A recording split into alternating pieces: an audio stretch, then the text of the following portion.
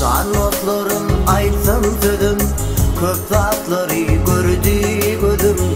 Bir gayrat bolsa dostum, ağrayım sonça olmaz. Oğlum arka oğla bilmez, kızım arka kora bilmez.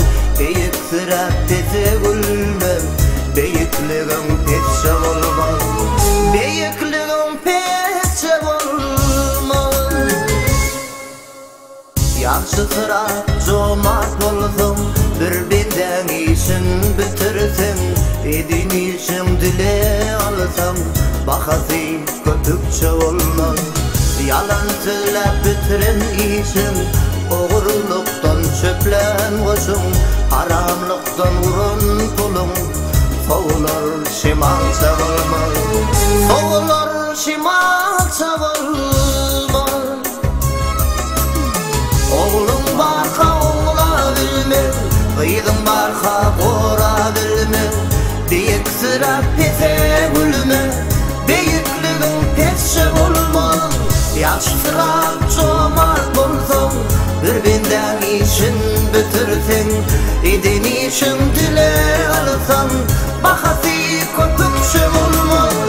Bakası köpükçe olmaz.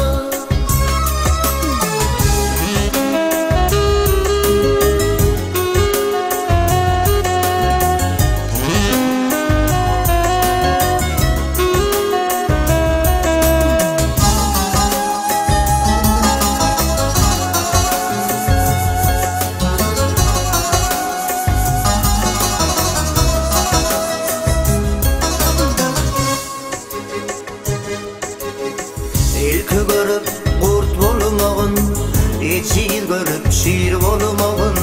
Sen bir adım it bolmağın, yürüşün bir itse bolmaz.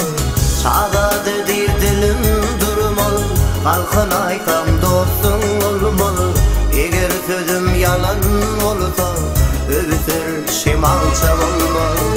Öbütür şimalça olmaz.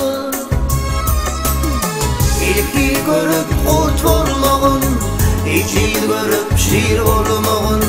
Sen bir adım it bolmağın, yürüşün bir itçe bolmaz.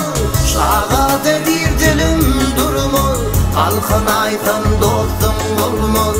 Eğer sözüm yalan olsa, ömür şimalça olmaz.